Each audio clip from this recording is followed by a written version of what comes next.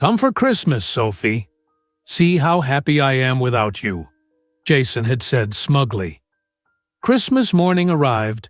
A helicopter landed in the snow outside. Jason laughed nervously. Who does she think she is? The front door opened. Sophie walked in wearing a designer coat. Behind her, 4 children in matching Christmas outfits. 4 identical children, with Jason's face. They waved excitedly. "Merry Christmas, everyone!" His mother dropped her wine glass. His girlfriend started screaming. Sophie smiled. "I brought the grandchildren you never knew about." But before we dive into the full story, let me know where you're watching from and what time it is.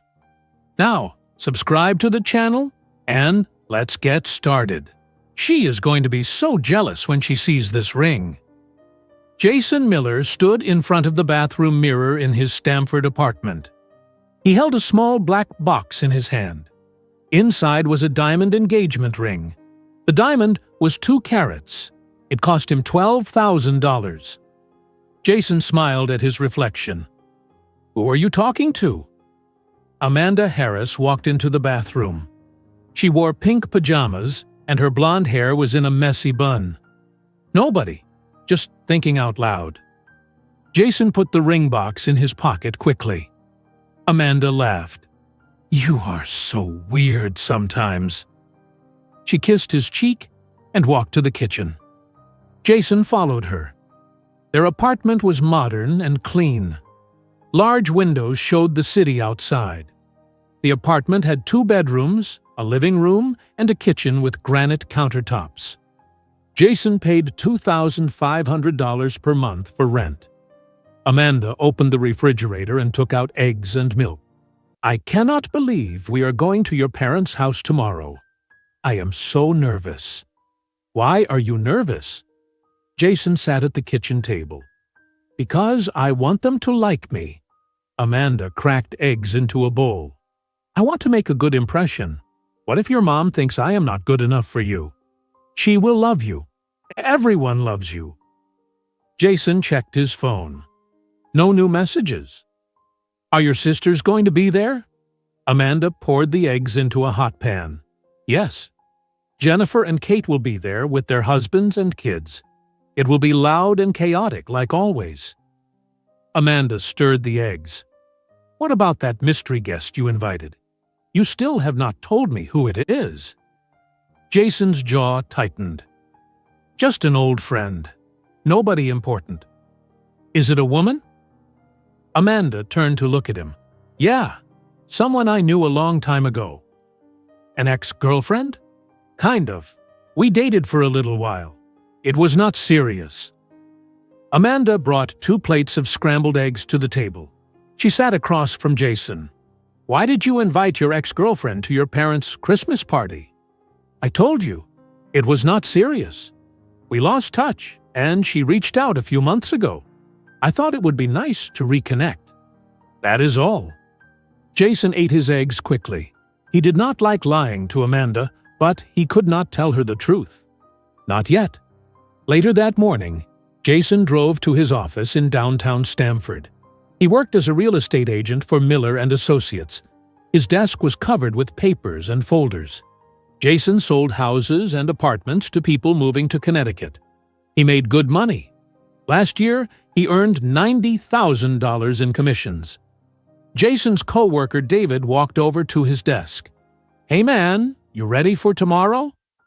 "Yeah, everything is set." Jason opened his laptop. "You really invited your ex-wife to watch you propose to your girlfriend?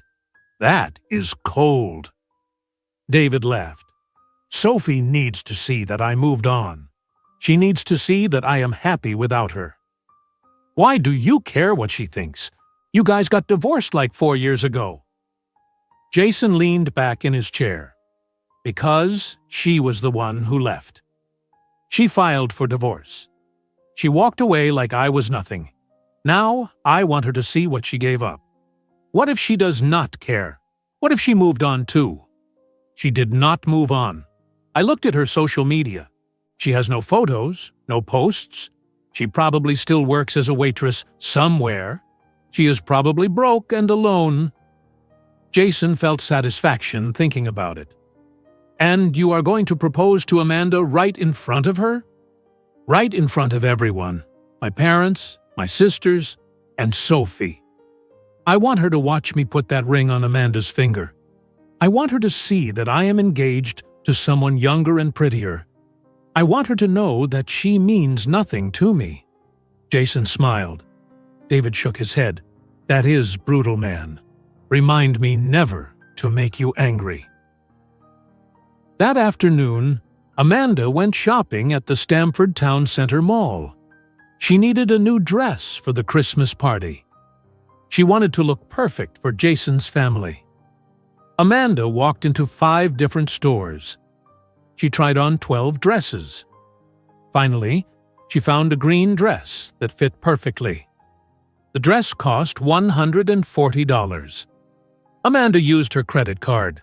She called her older sister Rachel while walking to her car. I found a dress. It is beautiful.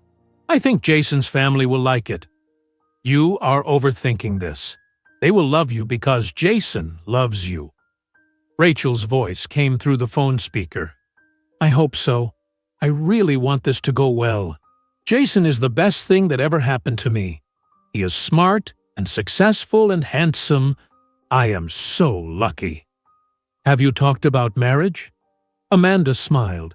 Not officially, but I think he will propose soon, maybe next year, maybe on my birthday. That would be amazing. I am so happy for you. Amanda unlocked her car and put the shopping bag on the passenger seat. I have to go. I will call you after Christmas and tell you how it went. Good luck tomorrow. Love you. Love you too. While Amanda shopped, Jason drove to Greenwich to visit his parents. The drive took 30 minutes. Greenwich was an expensive town with large houses and old money. Jason's parents lived in a colonial-style house with white columns and a circular driveway. The house had 7 bedrooms and 5 bathrooms. Patricia Miller opened the front door before Jason could knock. She wore a red sweater and black pants. Her silver hair was styled perfectly. Jason, come in, come in. It is freezing outside. Jason hugged his mother. Hey, Mom. The house looks great. The living room was decorated for Christmas. A tall tree stood in the corner covered with gold and silver ornaments. Red stockings hung above the fireplace. White candles sat on every table. I have been decorating for 3 days. Everything has to be perfect. Patricia walked to the dining room. Come look at the table. The dining table was set with white china plates and crystal glasses. Name cards marked each seat. Jason counted 14 place settings. Who is sitting here? Jason pointed to a name card that said, Guest. Your mystery guest. You still have not told me who it is. Patricia looked at her son suspiciously. Just an old friend. Her name is Sophie. Sophie. I do not remember you mentioning anyone named Sophie. We knew each other a long time ago. We lost touch. She is back in the area, so I invited her.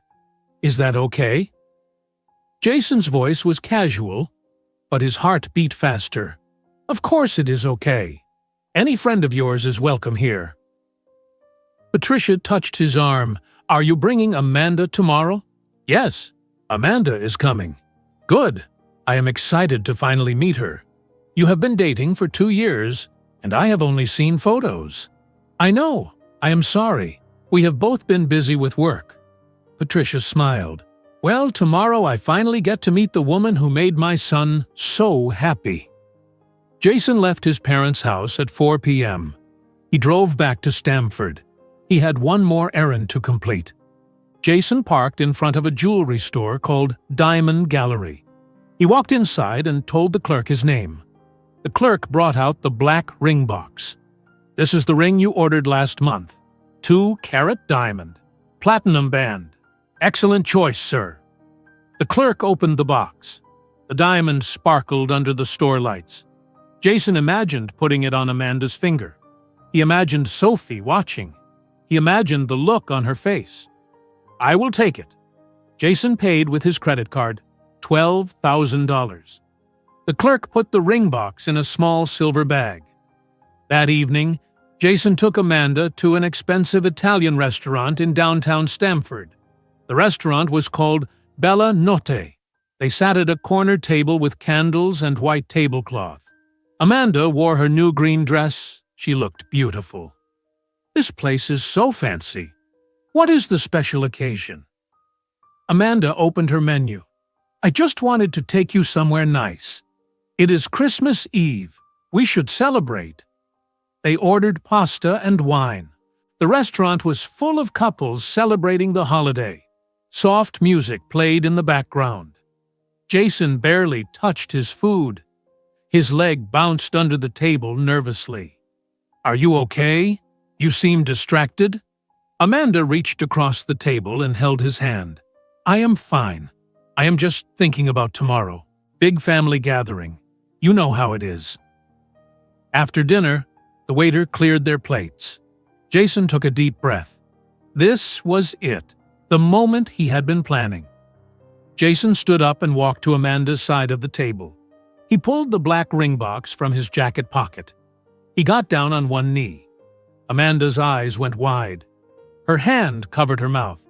"Amanda Harris, you are the most beautiful, kind, and amazing woman I have ever met. You make me happy every single day. I want to spend the rest of my life with you. Will you marry me?" Jason opened the box. The diamond caught the light. Other people in the restaurant noticed and stopped eating. Everyone watched. Tears ran down Amanda's face. "Yes, yes, yes!" She pulled Jason to his feet and kissed him. The restaurant erupted in applause. Strangers clapped and cheered. Jason slipped the ring onto Amanda's finger. It fit perfectly. Amanda stared at the ring. "It is so beautiful. I cannot believe this is happening. I am engaged. We are engaged." Jason smiled and hugged her. But in his mind, he was already thinking about tomorrow. He pictured walking into his parents' house with Amanda and her ring. He pictured Sophie arriving in old, cheap clothes. He pictured announcing his engagement in front of everyone. He pictured Sophie's face when she realized Jason had moved on. Jason put the ring on Amanda's finger and thought about how perfect it would look when Sophie saw it tomorrow. The morning of December 25th arrived cold and bright. Jason woke up early and looked at Amanda sleeping next to him. The engagement ring sparkled on her finger. Today was the day. Today, Sophie would see everything Jason had built without her.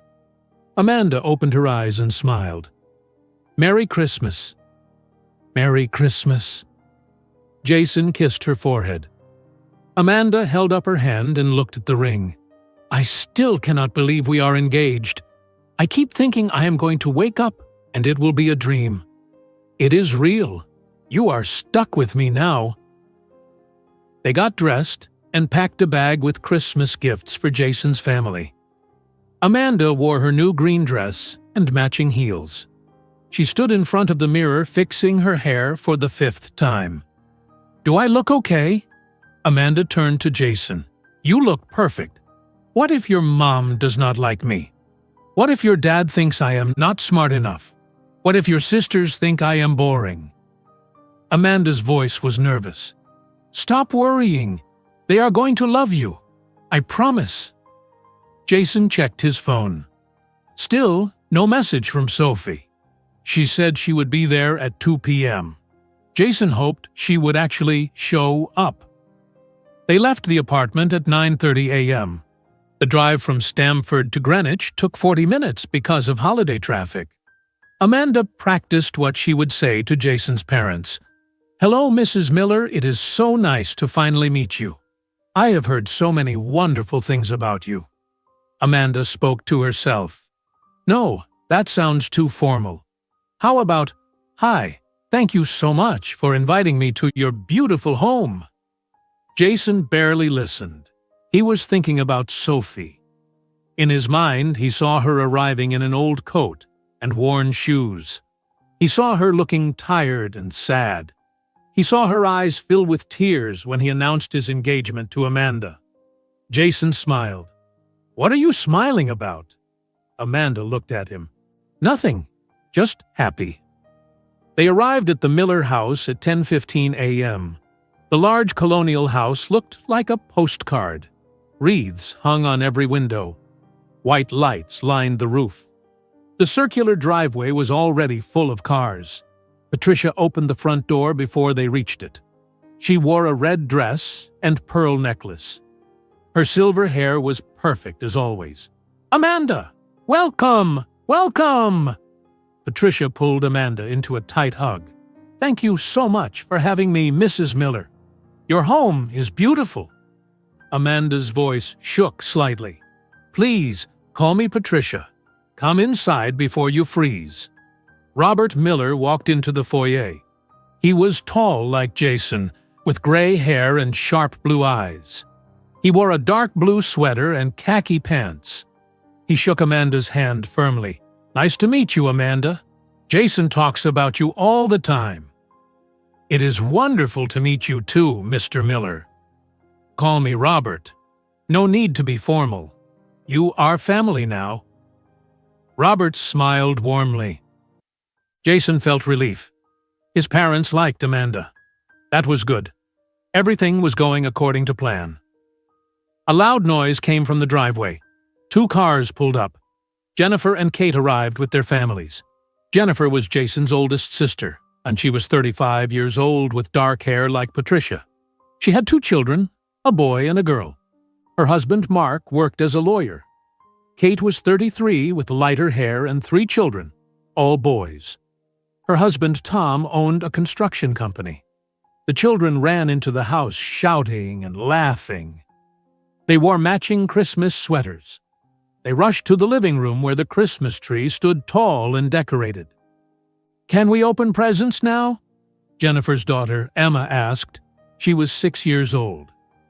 "After lunch, sweetheart. Be patient." Jennifer took off her coat. Kate walked over to Amanda and smiled. "You must be Amanda. I am Kate, Jason's sister. This is my husband, Tom." "Hi, nice to meet you both." Amanda shook their hands. "And I am Jennifer. Welcome to the chaos." Jennifer hugged Amanda quickly. The house filled with noise. Children ran between rooms. Adults talked and laughed. Patricia went to the kitchen to prepare lunch. Amanda followed her. "Can I help with anything, Mrs. Miller? I mean Patricia." "That is so sweet of you. You can help me set out the appetizers." Patricia handed Amanda a tray of cheese and crackers. In the living room, the children opened presents. Wrapping paper covered the floor. The boys played with toy cars. The girls dressed up baby dolls. Robert sat in his chair watching them with a smile. Jason stood by the window checking his phone every 2 minutes. No messages. He looked at the driveway. No cars. Where was Sophie? What if she changed her mind? What if she did not come? Jennifer noticed Jason staring at his phone. She walked over to him and lowered her voice. "What is going on with you? You have been acting weird all morning." "Nothing. I am fine." "You are checking your phone every 5 seconds. Are you expecting someone?" Jason hesitated. "Yeah, the friend I invited. She said she would be here at 2. Jennifer crossed her arms. "What friend? You never mentioned inviting a friend." "Just someone I used to know. Her name is Sophie." Jennifer's eyes narrowed. "Sophie? Is that a girlfriend?" "Ex-girlfriend. We dated a long time ago." "You invited an ex-girlfriend to Christmas? The same day you are going to announce your engagement to Amanda?" Jennifer's voice rose. "Keep your voice down." Jason looked around. Nobody was listening. "It is not a big deal." "Not a big deal? Jason, what are you doing?" Kate walked over. "What is happening? Why do you both look upset?" Jennifer turned to Kate. Jason invited his ex-girlfriend to Christmas dinner. Kate's mouth fell open. You did what? It is not like that. Sophie and I just lost touch. I thought it would be nice to reconnect. Jason tried to sound casual. On the same day you are announcing your engagement? That does not make sense. Kate stared at her brother. I want closure. Is that so wrong? Jennifer stepped closer. I know you, Jason. You are not looking for closure. You are planning something mean. You want to show off in front of her. You want to make her feel bad. That is not true. Yes, it is. You have always been like this. When you feel rejected, you get revenge. Remember in high school when Sarah Miller broke up with you? You started dating her best friend just to hurt her. Jennifer's voice was angry. That was 15 years ago. I was a kid. You have not changed. You are still that same selfish person. Kate shook her head. Both of you need to stay out of my business. Sophie is coming, and that is final. Jason walked away. Jennifer and Kate looked at each other. They both felt worried. Their brother was making a mistake. But they could not stop him. At 1 p.m., Patricia announced that lunch was ready. The family gathered at the long dining table in the dining room. The table was covered with food. Ham, turkey, mashed potatoes, green beans, rolls, and salad. Crystal glasses reflected the chandelier light above. Everyone found their name cards and sat down.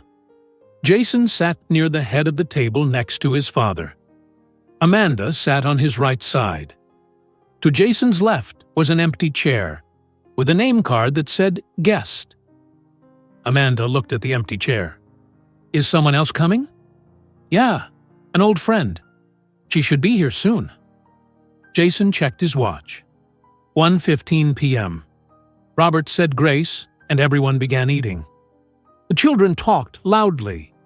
The adults asked Amanda questions about her job as a kindergarten teacher. She told them stories about her students. Everyone laughed. Patricia kept refilling glasses with wine and water. Jason barely ate. He kept checking his watch. 1:30 p.m., 1:45 p.m., 2 p.m. Where was she? Jason, eat your food. You have barely touched anything. Patricia looked at her son with concern. I am not that hungry. Are you feeling okay? Amanda touched his arm. I am fine, just waiting for my friend. 2 p.m. passed. Then 2:10 p.m. Jason started to worry. Maybe Sophie was not coming. Maybe his plan would not work. Maybe she decided to ignore his invitation. At 2:15 p.m., everyone heard a loud mechanical noise coming from outside the house. The sound grew louder. It was not a car engine. It was something else. Something big. What is that noise? Patricia stood up from the table. Robert walked quickly to the large window in the living room. He pulled back the white curtain. His face went pale. There is a helicopter landing on our lawn. A what? Jennifer rushed to the window. The children screamed with excitement. A helicopter! A real helicopter! They pressed their faces against the glass. Jason felt his legs go weak. His hands started shaking. No, this could not be happening. Sophie did not have money for a taxi 4 years ago. She could not afford a helicopter. Everyone ran to the windows. The black helicopter touched down on the front lawn. The grass bent flat from the wind of the spinning blades. The aircraft was sleek and expensive-looking. Who do we know that has a helicopter? Kate asked. Nobody. I have no idea who this is. Robert stared outside. The helicopter door opened. A woman stepped out. She wore a long, white fur coat that went down to her ankles. Large diamond earrings caught the sunlight. Her long black hair blew in the wind from the helicopter blades. She moved with confidence and grace. Jason could not breathe. It was Sophie. But this was not the Sophie he remembered. This was not the Sophie he expected to see today. "Oh my goodness! She is so elegant! Who is she?" Patricia had her hand over her mouth. Behind Sophie, a young woman in a gray uniform stepped out of the helicopter. She wore a professional outfit and carried a large bag. The woman turned back toward the helicopter and helped someone else exit. A small child climbed out, then another, then another, then another. 4 small children stood on the lawn, holding hands. They wore matching designer outfits. 2 boys wore green velvet suits with bow ties. 2 girls wore red velvet dresses with white stockings. They were identical. All 4 had the same face. All 4 had the same curly brown hair. All 4 had the same bright green eyes. Amanda gasped. "Those children look exactly alike. Are they quadruplets?" Kate moved closer to the window. "Look at their hair. Look at their eyes." Jennifer turned slowly to look at Jason. Her face showed shock. "Jason, those children, they look like you." Jason could not speak. He could not move. His entire body was frozen. The 4 children held Sophie's hands, 2 on each side. They walked toward the front door. Sophie carried several large shopping bags with expensive store names printed on them. The nanny followed behind, carrying more bags. Patricia ran to the front door. Her hands shook as she reached for the doorknob. Robert followed her. Jennifer and Kate stood behind their parents. The children crowded around, trying to see. Amanda stood next to Jason, looking confused. Patricia opened the door. Sophie stood on the front steps. Up close, she looked even more beautiful and successful. Her makeup was perfect. Her clothes were clearly expensive. The diamond earrings were real and huge. "Hello, Patricia." Sophie's voice was calm and warm.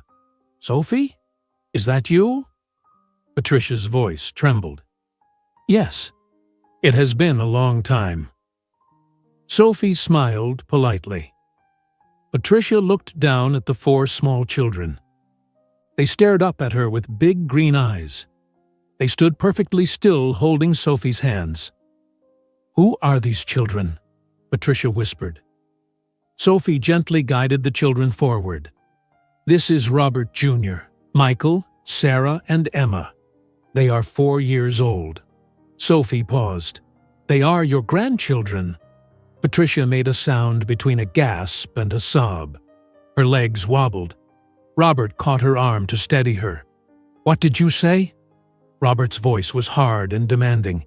"These are Jason's children, your grandchildren." Sophie spoke clearly and calmly. "That is impossible." Robert stared at the 4 children. Little Robert Jr. had curly brown hair exactly like Jason. Michael had the same green eyes. Sarah had the same nose. Emma had the same smile. There was no question. These children looked exactly like Jason. Jason finally moved. He walked slowly from the living room to the front door. His face was white. Sweat formed on his forehead, even though the house was cold from the open door. Amanda followed him. "Jason, what is happening? Who is this woman? Who are these children?" Sophie saw Jason. Her expression did not change. She showed no anger, no sadness, no emotion at all. She looked at him the way someone looks at a stranger. "Hello, Jason." Sophie's voice was flat. Jason opened his mouth, but no words came out. "Jason, answer me.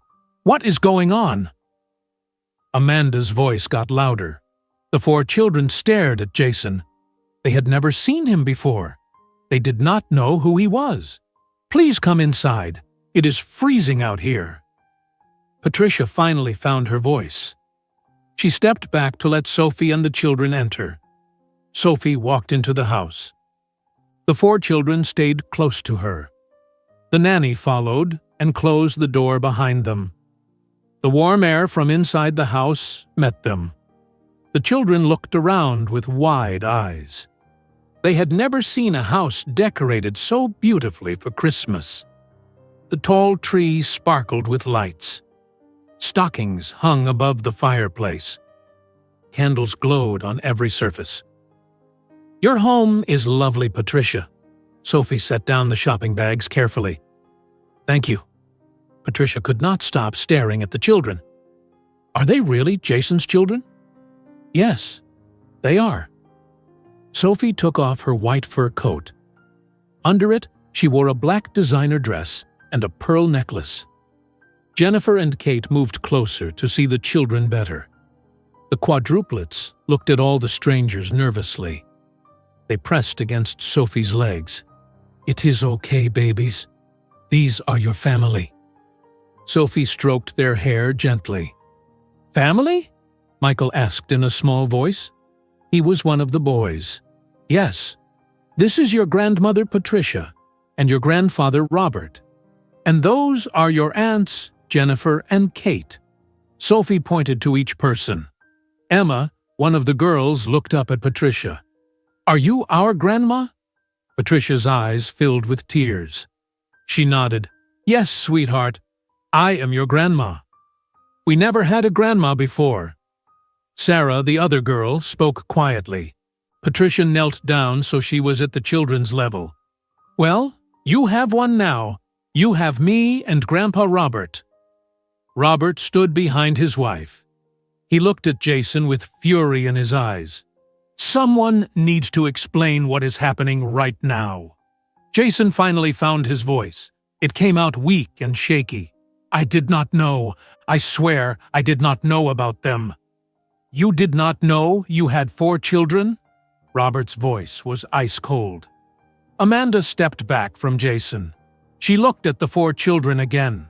They all had his features. His hair, his eyes, his face. There was no denying it. "You have children? You have 4 children?" Amanda's voice broke. "Amanda, I can explain." Jason reached for her arm. Amanda pulled away. "You told me you never had any serious relationships. You told me you had no kids." "I did not know about them." "How do you not know you have 4 children?" Amanda was crying now. Sophie watched this exchange without speaking. She kept her hands on the children's shoulders protectively. Jennifer looked at Sophie. "How old are the children?"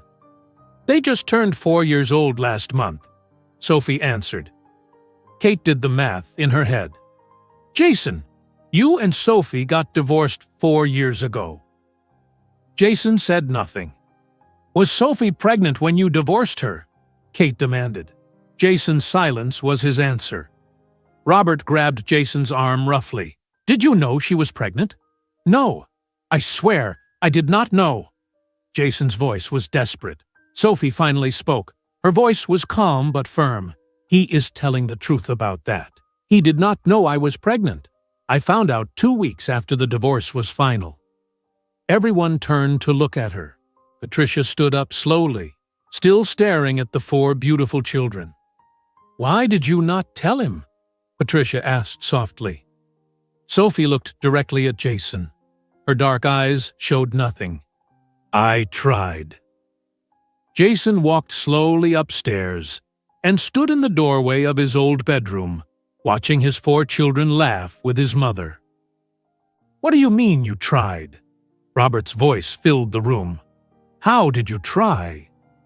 Sophie kept her hands on the children's shoulders. She looked directly at Robert, not at Jason. "I called his phone 23 times. Every call went straight to a message saying the number was blocked. I sent 15 text messages. None of them delivered. I went to the apartment we shared in Stamford. A different family lived there. The landlord said Jason moved out 2 weeks after the divorce and left no forwarding address." Patricia covered her mouth with both hands. "Oh my God! I was 2 months pregnant. I did not know what to do. I had no family nearby. My parents live in California, and we are not close. I had $400 in my bank account." Sophie's voice remained steady. She was not crying. She was not emotional. She was simply stating facts. "You should have tried harder to find him," Robert said. Sophie looked at Robert calmly. I was working 3 jobs. I worked at a diner from 6 a.m. to 2 p.m. I worked at a grocery store from 3 p.m. to 9 p.m. I cleaned offices from 10 p.m. to 2 a.m. I did that 6 days a week. I slept 4 hours a night. When exactly should I have hired a private investigator to find a man who made it clear he wanted nothing to do with me? The room went silent. Everyone stared at Sophie. She stood tall and confident despite telling this painful story. The 4 children stayed quiet, sensing the tension. I went to my first ultrasound appointment when I was 3 months pregnant. The doctor did the scan, and I got very quiet. He called in another doctor. They told me I was carrying quadruplets. 4 babies. Sophie paused. The doctor said it was a high-risk pregnancy. He said I needed to stop working immediately. He said I needed bed rest and special care. He gave me a bill for the appointment. It was $800. I did not have insurance. Jennifer made a small sound of sympathy. Kate's eyes filled with tears. I kept working because I had no choice. I needed money for rent, for food, for doctor appointments. When I was 7 months pregnant, I collapsed at the grocery store. My manager called an ambulance. I spent the next 2 months in the hospital on bed rest. The hospital bills started coming. $30,000, $50,000, $70,000. I had no way to pay. Amanda listened with her hand over her heart. She looked at Jason with disgust. I gave birth at 34 weeks. The babies were premature. They weighed less than 4 pounds each. They stayed in the neonatal intensive care unit for 6 weeks. I sat next to their incubators every single day. I watched them fight to breathe. I watched them struggle to eat. I watched them through the plastic walls because I could not hold them yet. Patricia started crying. She looked at the 4 healthy children standing in her foyer. They had survived all of that. When the babies finally came home, the hospital gave me a final bill. $320,000. I had no job, no savings, no family to help. I lived in a 1-bedroom apartment with 4 infants. I fed them every 2 hours around the clock. I changed diapers 100 times a day. I did it alone. Sophie's voice never wavered. Jason finally spoke. His voice was broken. Sophie, I did not know. I swear, I did not know about any of this. Sophie turned to look at him for the first time since entering the house. You did not know, because you did not want to know. You blocked my number. You moved without telling anyone where you went. You erased me from your life. That was your choice. I was angry about the divorce. I was not thinking clearly. Jason tried to explain. You were angry? You were the one who cheated. You were the one who broke our marriage vows, but you were angry? Sophie's voice remained calm, but her words cut deep. Amanda spoke up. Jason, you were married to her? You told me Sophie was just a girlfriend. You said it was not serious. Jason turned to Amanda. I can explain. You have been lying to me for 2 years? Our entire relationship is based on lies? Amanda's voice got higher. Amanda, please. Jason reached for her. Do not touch me. Amanda stepped back. Sophie continued her story. When the children were 6 months old, I was exhausted and desperate. I could not afford daycare. I could not afford help. I spent every night awake feeding and changing babies while trying to figure out how to pay my bills. One night at 3 a.m., I was holding Emma and trying to remember which baby ate last and which one needed medicine and when Robert Jr.'s doctor appointment was. I realized I needed a better system. Kate leaned forward, listening carefully. I taught myself computer coding using free videos on the internet. While the babies napped, I worked on my laptop. I created a scheduling app for parents of multiple children. It tracked feedings, diaper changes, medications, appointments, everything. I called it Quad Life. I posted it on a parents' forum and asked people to test it. Within 1 week, 5,000 parents downloaded it. Within 1 month, 50,000 parents were using it. Within 6 months, major investors wanted to buy my company. Robert's expression changed from anger to surprise. "You created Quad Life? The scheduling app?" "Yes. Do you know it?" "My friend's daughter has twins. She uses it every day. She says it saved her life." Sophie nodded. 3 years ago, I sold Quad Life to a technology company for $800 million. The room erupted in gasps. Patricia grabbed the back of a chair to steady herself. Jennifer and Kate stared with wide mouths. Amanda looked at Jason and then at Sophie, understanding dawning on her face. $800 million, Jason whispered. "Yes. After taxes and paying off my debts, I had $450 million. I started a venture capital firm in Boston. I invest in companies created by single mothers and women entrepreneurs. Last year, my firm was worth $1 billion. Sophie stated these facts without pride or arrogance. She was simply telling the truth. Jason felt dizzy. He had imagined Sophie poor and struggling. He had imagined her jealous of his success. Instead, she was one of the richest self-made women in Massachusetts. "I bought a house in Boston, 7 bedrooms, indoor pool, 3 acres of land. The children have a playroom, a library, and their own rooms. We have a nanny named Miss Carol who helps me. We travel whenever we want. The children go to the best private school in Boston. They have everything they need." Sophie looked down at her 4 children with love. Little Emma tugged on Sophie's dress. "Mommy, I am thirsty." Patricia immediately moved forward. "Oh, sweetheart, let me get you some juice. Are all of you thirsty? Are you hungry?" The 4 children nodded shyly. Patricia looked at the nanny. "Please come with me to the kitchen. We have cookies and milk and juice." The nanny followed Patricia. Sophie hesitated, not wanting to leave her children alone with strangers. "I will stay with them," Jennifer said gently. "I promise they are safe." Kate nodded. "We just want to meet our niece and nephews." Sophie looked at her children. "Is it okay if you go with your grandmother Patricia and your aunts Jennifer and Kate? Mommy will be right here." The 4 children looked at each other. They had a silent conversation with their eyes. Finally, Michael nodded. "Okay, Mommy."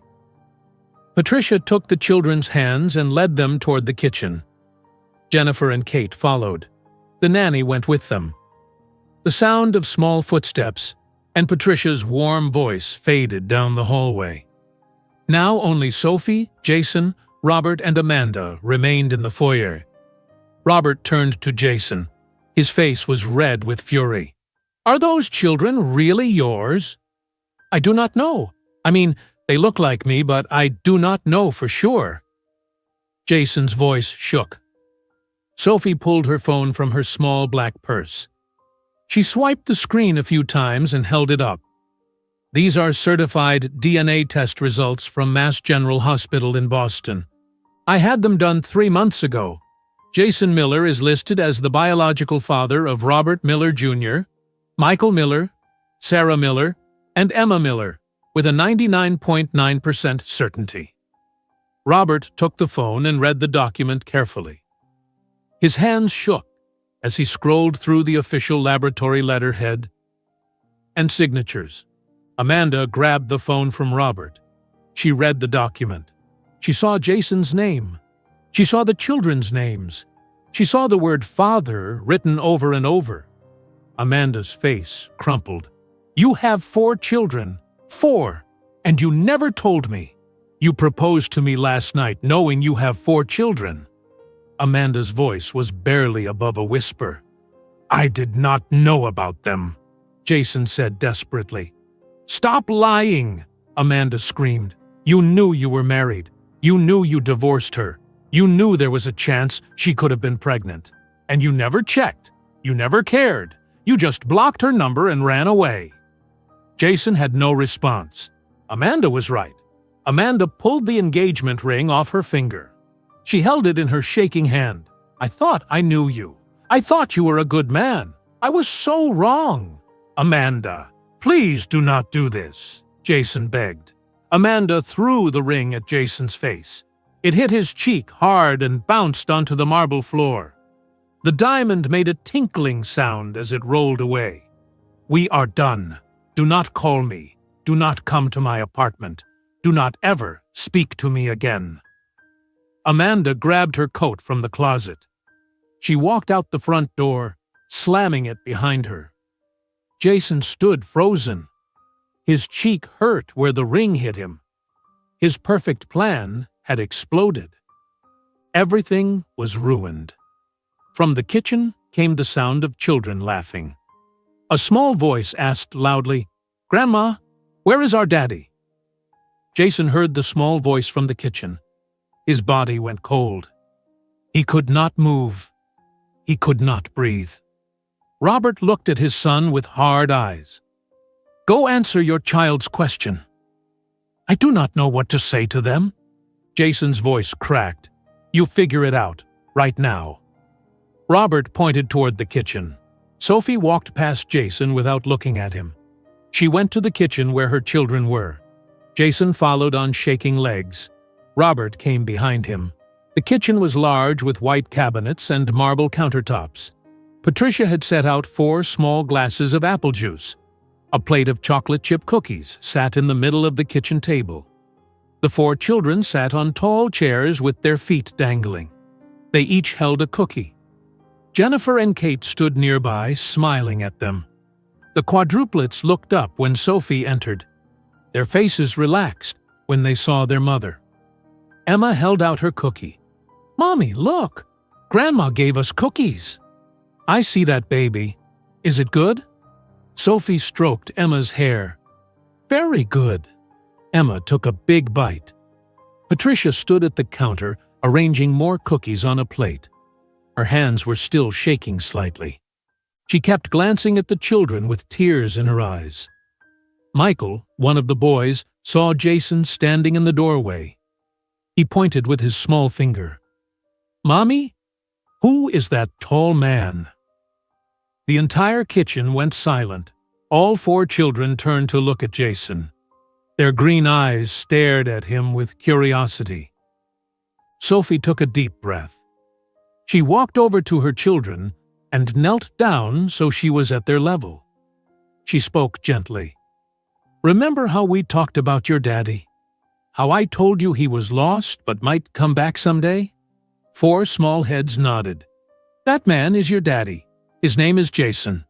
Sophie pointed at Jason. The children stared. Little Sarah tilted her head to the side. "That is our daddy?" "Yes, sweetheart." Robert Jr., the smallest boy, looked at Jason with wide eyes. "Why did you not come see us before?" Jason felt tears fill his eyes. He did not know how to answer that question. Emma spoke next. Her voice was soft and sad. "Mommy said you were lost. Were you lost for a long time?" "Yes, I was lost." Jason's voice broke. Michael asked quietly, "Did you not want to find us?" That question hit Jason harder than anything else. He fell to his knees on the kitchen floor. Tears ran down his face. His whole body shook with sobs. "I am so sorry. I am so sorry." The 4 children looked at Sophie with confused faces. They had never seen a grown man cry before. "It is okay. Daddy is just very sad," Sophie told them calmly. Sarah climbed down from her chair carefully. She walked over to Jason. She was so small. Her red velvet dress had a white ribbon tied in the back. She reached out and touched Jason's hand. "Do not cry, Daddy. You are not lost anymore. You found us." Jason grabbed Sarah and pulled her into a hug. He cried into her small shoulder. She patted his back with her tiny hand the way Sophie probably did when the children were sad. Emma climbed down next. Then Michael, Then Robert Jr. All 4 children walked to Jason. They hugged him. They surrounded him with their small bodies. "We always wanted to meet you, Daddy," Emma said. "We asked Mommy about you every day," Michael added. "We drew pictures of you even though we did not know what you looked like," Robert Jr. said. Sarah pulled back and looked at Jason's face. "You have the same eyes as me." Jason laughed and cried at the same time. "You have my eyes. All of you have my eyes." He looked at the 4 perfect children surrounding him. They had his curly brown hair, his green eyes, his smile. They were his. They were really his. And he had missed everything: their births, their first words, their first steps. 4 years of their lives. Gone. Patricia leaned against the counter, crying. Robert stood in the doorway with his arms crossed. His face showed anger, but also sadness. Jennifer and Kate held each other's hands, both of them crying too. Sophie watched without emotion. She did not cry. She did not smile. She simply observed Jason meeting his children for the first time. After several minutes, Patricia spoke softly. "Children, would you like to see the Christmas tree in the living room? It has lots of presents under it." "Presents?" All 4 children looked at Patricia with excitement. "Yes, presents for you." The quadruplets looked at Sophie for permission. She nodded. "You can go look. Stay together." Jennifer and Kate led the children to the living room. Their voices faded down the hallway. "Can we open them?" "Not yet. After dinner." "Look how tall the tree is. I see a present with my name." Now, only Sophie, Jason, Patricia, and Robert remained in the kitchen. Patricia walked over to Sophie. "How did you do it? How did you raise 4 babies alone?" Sophie shrugged slightly. "I had no choice. They needed me, so I did what I had to do." "You are stronger than I could ever be." Patricia's voice was full of respect. "You would be surprised what you can do when you have no other option." Robert cleared his throat. "Sophie, why did you come here today? After 4 years? Why now?" Sophie turned to face Robert. "My therapist suggested it. The children have been asking questions about their father's family for months. They wanted to know why they did not have grandparents, like their friends at school. Why they did not have aunts or uncles or cousins. I tried to explain that their daddy was not in their lives, but they kept asking. They deserved answers." "So you came to introduce them to us," Robert said. "Yes. I came so they could meet you, so they could know they have family beyond just me. Children need extended family. They need to feel connected to something bigger than themselves." Sophie paused. "I did not come here for Jason. I came here for Robert Jr., Michael, Sarah, and Emma." Jason finally stood up. His face was red and wet from crying. "Can I have a relationship with them? Can I see them?" Sophie looked at him coldly. "That depends." "On what?" "On whether you can commit to being a real father. Not just someone who shows up when it is convenient. Not just someone who sends money and thinks that is enough. A real father who is present and consistent and honest. I will do anything. I will be there. I promise." Jason's voice was desperate. "I heard you make promises before Jason. You promised to love me and be faithful to me. You broke those promises easily." Sophie's voice was sharp. "This is different. These are my children." "Yes, they are. And if you hurt them the way you hurt me, you will regret it." Sophie's eyes were fierce. Robert stepped forward. "Sophie is right. You need to prove yourself. You need to show that you can be trusted." Jason nodded quickly. I will prove it. Just give me a chance." Sophie crossed her arms. "Fine. Here are my rules. You can visit the children in Boston twice a month. Only twice. You must call them 3 times a week at exactly 7 p.m. Eastern Time.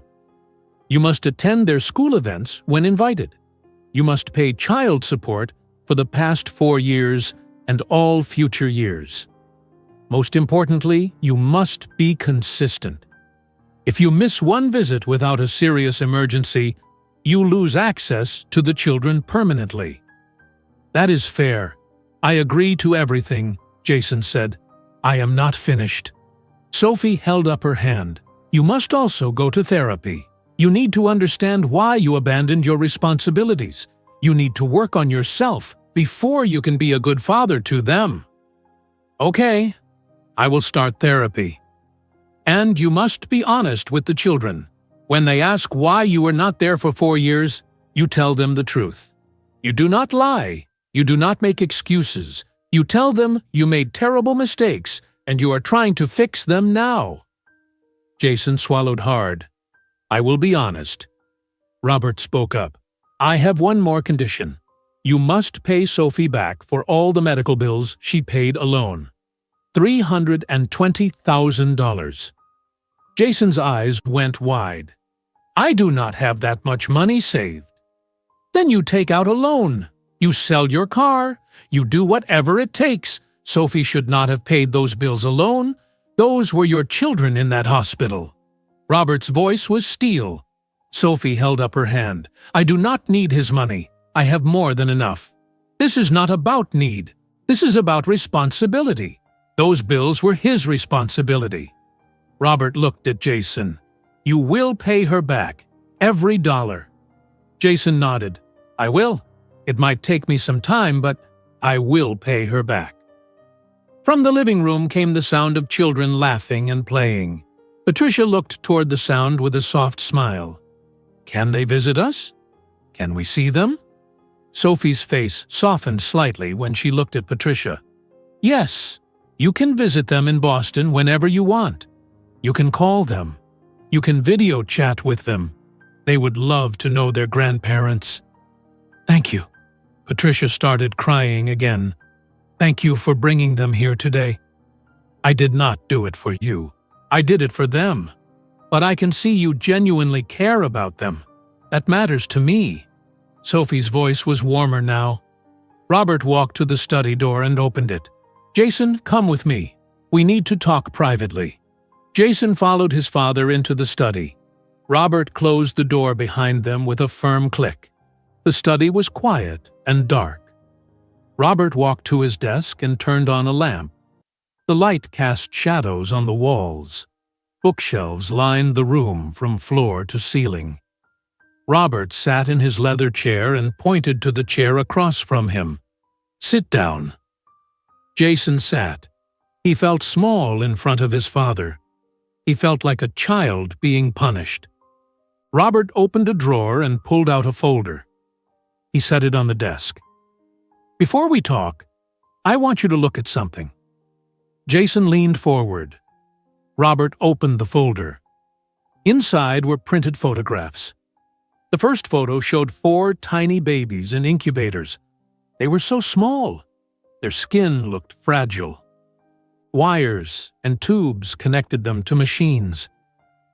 Sophie emailed me these while you were crying in the kitchen. She said I should see what my grandchildren looked like when they were born. Robert's voice was tight with emotion. Jason stared at the photo. His children had looked like that? So small and helpless? Robert flipped to the next photo.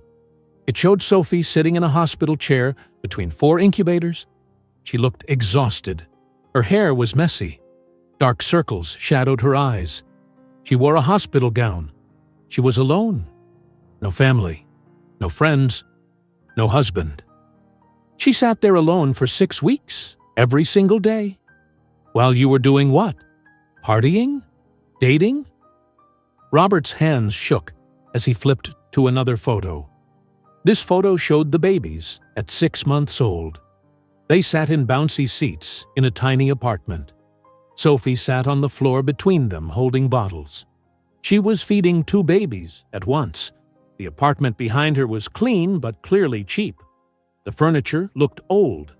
She was working 3 jobs and raising 4 infants in that apartment. Do you see how small that room is? Robert pointed at the photo. Jason could not speak.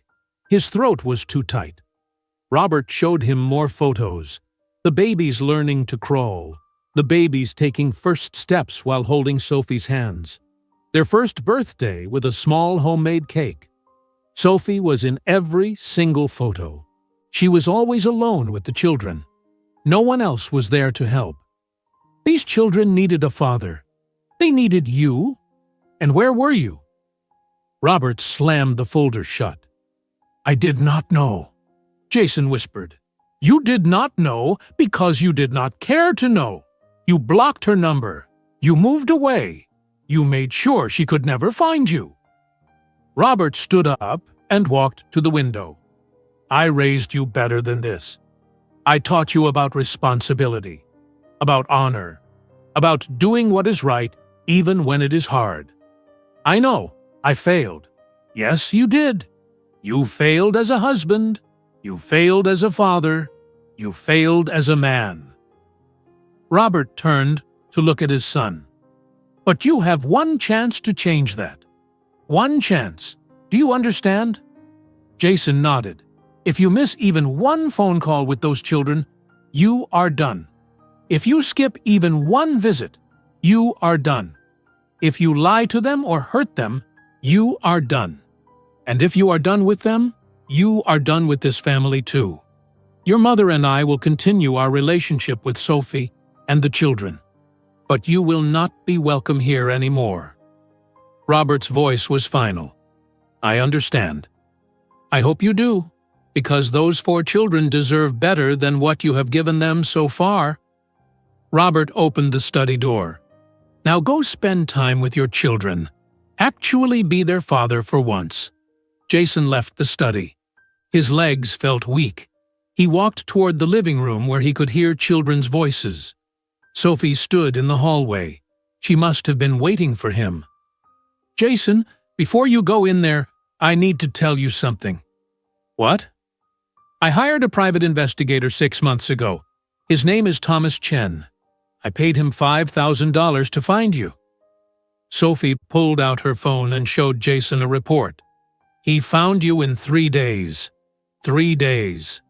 That is how easy it was to locate you. Jason looked at the report. It had his home address in Stamford, his work address, photos of him with Amanda, details about his job and his life. I have known where you were for 6 months. I knew about Amanda. I knew you were happy and living your life while I raised our children alone. Sophie's voice was calm, but her words cut deep. Why did you wait 6 months to contact me? Jason asked. Because I was not ready. I needed to be strong enough to face you without breaking down. I needed to build a life for my children that was stable and secure. I needed to make sure that if you rejected them again, they would still be okay because they have me. Sophie took her phone back. I came today because the children deserve to know their father's family. But make no mistake, Jason, I do not need you. They do not need you. This is a gift I am giving them. Do not waste it. Sophie walked past him into the living room. Jason followed. The 4 children sat on the floor, surrounded by wrapping paper. They had opened several presents. Robert Jr. held a toy train. Michael played with building blocks. Sarah hugged a baby doll. Emma wore a plastic crown on her head. Jennifer's 2 children and Kate's 3 children played with the quadruplets. The cousins were introducing themselves and showing off their toys. Patricia sat on the couch, watching with a huge smile on her face. Kate took photos with her phone. Jennifer handed out more cookies. Jason stood in the doorway watching the scene. This is what he had missed. Family, connection, love. His children playing with their cousins. His mother being a grandmother. His sisters being aunts. All because of his selfishness and cruelty. Jennifer noticed Jason. She walked over to him. They are beautiful children. Yeah, they are. You really messed up, Jason. You hurt Sophie badly. You abandoned 4 innocent babies. Jennifer's voice was cold. I know. But kids are forgiving, more forgiving than adults. You have a chance to make this right. Do not waste it. Jennifer walked back to the children. Kate came over next. I got Sophie's phone number. I am going to arrange for our kids to visit them in Boston next month. The cousins should know each other. That is good, Jason said quietly. You are not invited, not until you prove you can be trusted. Kate's words were harsh, but true. I understand. Patricia brought Jason a glass of water. Drink this. You look pale. Jason drank. The cold water felt good on his tight throat. Those children are precious, Jason. Absolutely precious. Robert Jr. is so smart. He told me all about his school. Michael is so funny. He made me laugh 3 times already. Sarah is so gentle and sweet, and Emma is so brave and confident. Patricia's eyes shone with love. I cannot believe I have 4 more grandchildren. I am so happy. Are you angry at me, Mom? Jason asked.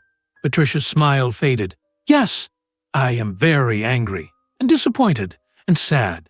You created this situation with your terrible choices. But those children are innocent. They did not ask for any of this. So I will love them and be their grandmother. But you? Patricia's voice got hard. You need to earn your way back into this family's respect. Emma saw Jason and ran over. Daddy, look at my crown. Grandma gave it to me. She pointed to the plastic crown on her head. Jason knelt down. It is beautiful. You look like a princess. I am a princess. Mommy says I am her princess. Emma smiled. Her 2 front teeth were missing. When did you lose your teeth? Jason asked. Last week. The tooth fairy gave me $2 for each tooth. 4 whole dollars. Emma spoke proudly. Jason had missed that too. He had missed her losing her first teeth. Michael ran over. Daddy, can you play trains with me and Robert? Robert? Jason was confused. My brother. We call him Robert, but Mommy calls him Robert Jr. because he has the same name as Grandpa. Michael pointed to the smallest boy. Robert Jr. looked up. Daddy, do you like trains? Yes, I love trains. Jason sat on the floor. The boys showed him their new toy trains. They explained how the tracks connected. Sarah brought her doll over and sat next to Jason. Emma adjusted her crown and joined them. All 4 of his children surrounded him. They talked at the same time. They asked him questions. They showed him their toys. Sophie watched from across the room. She stood next to Patricia and Robert. They talked quietly while keeping their eyes on the children. How long can you stay? Patricia asked Sophie. We need to leave in a few hours. The children have school tomorrow morning at 8:30. Sophie checked her watch. It was now 4 p.m. So soon? You just got here. Patricia looked sad. I know, but their schedule is important. They need routine and structure. Robert spoke up. Can we visit you in Boston?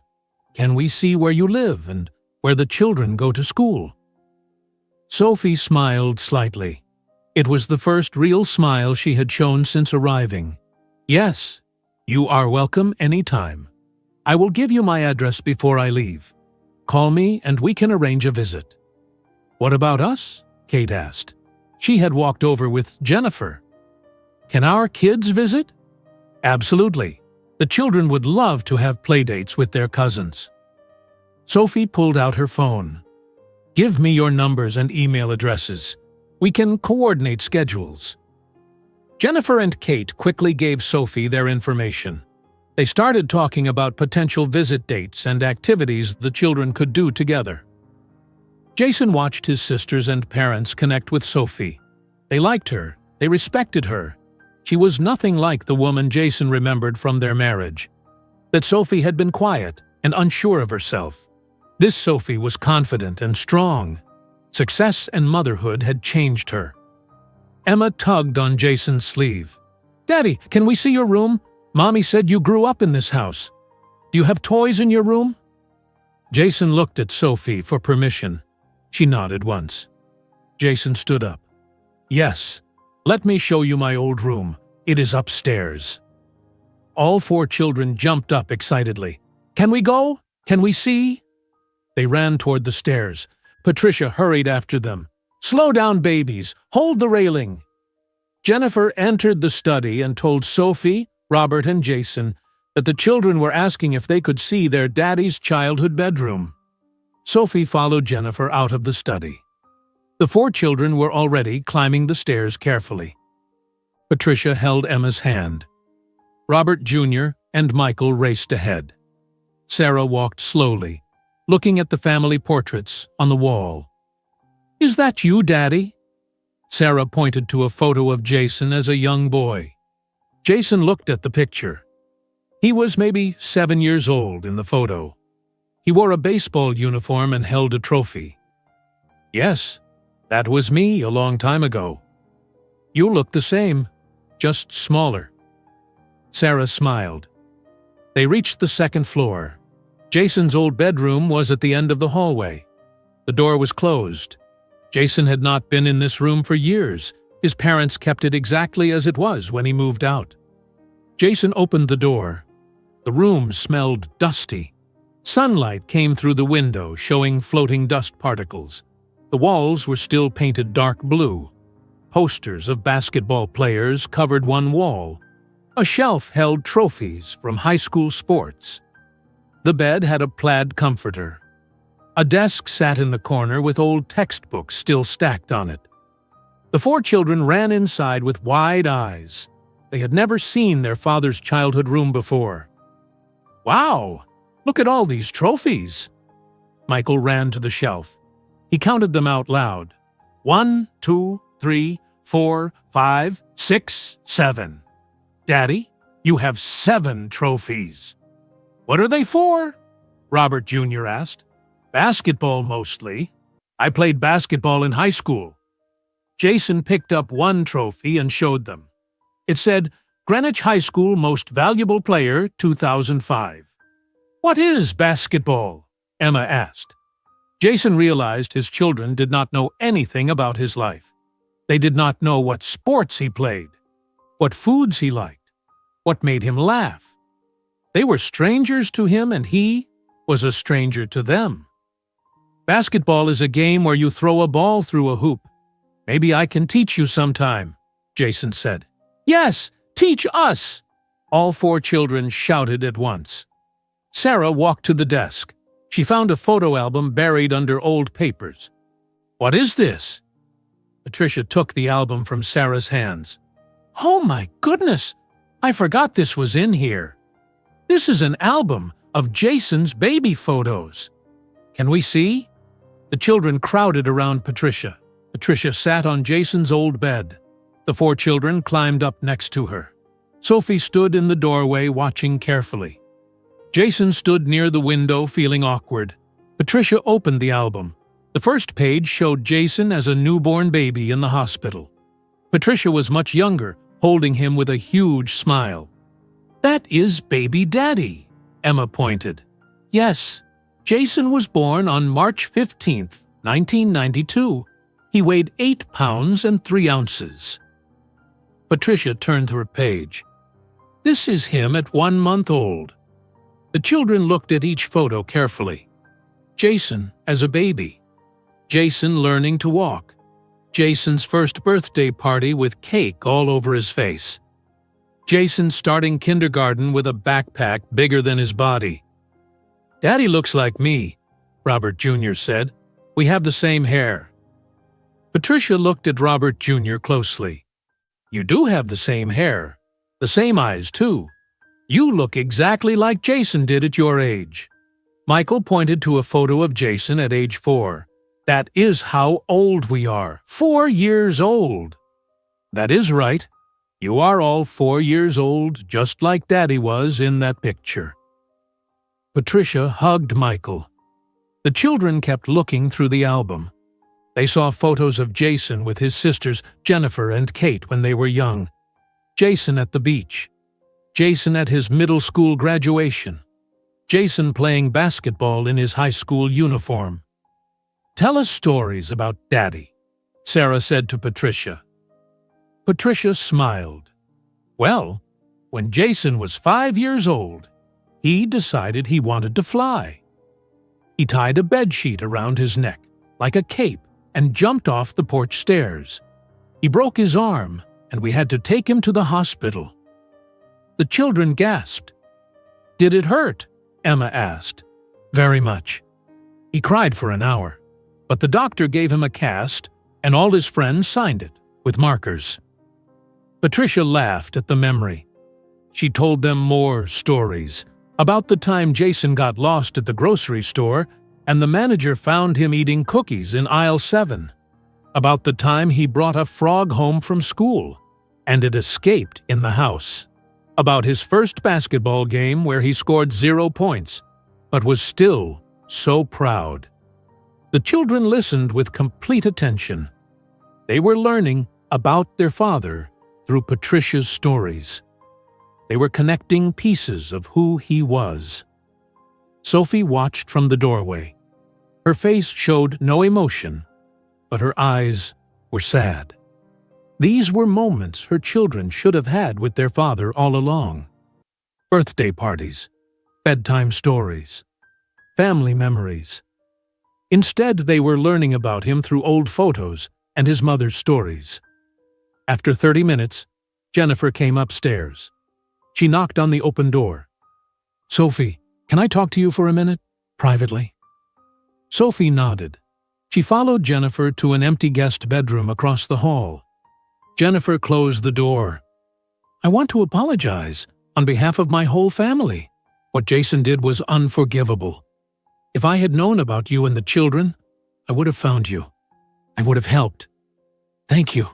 I believe you," Sophie said quietly. "I also want you to know that Kate and I want to be real aunts to those kids. Not just people who send birthday cards once a year. We want them to know they're cousins. We want to be part of their lives." Jennifer's voice was sincere. "I would like that. The children need more family in their lives. Can I ask you something personal?" Jennifer hesitated. "Go ahead.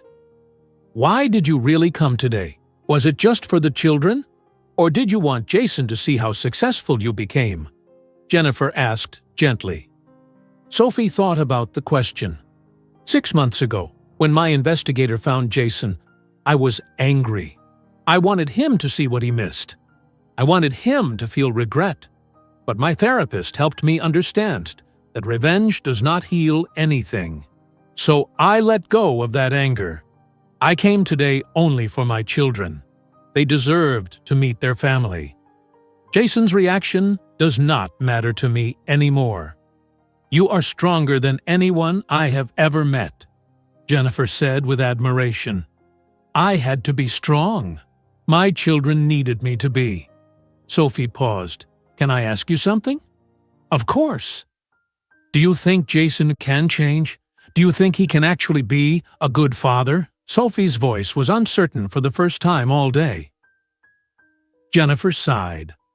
Honestly, I do not know. Jason has always been selfish. He's always put himself first. But I saw how he cried when he met the children. I saw real emotion.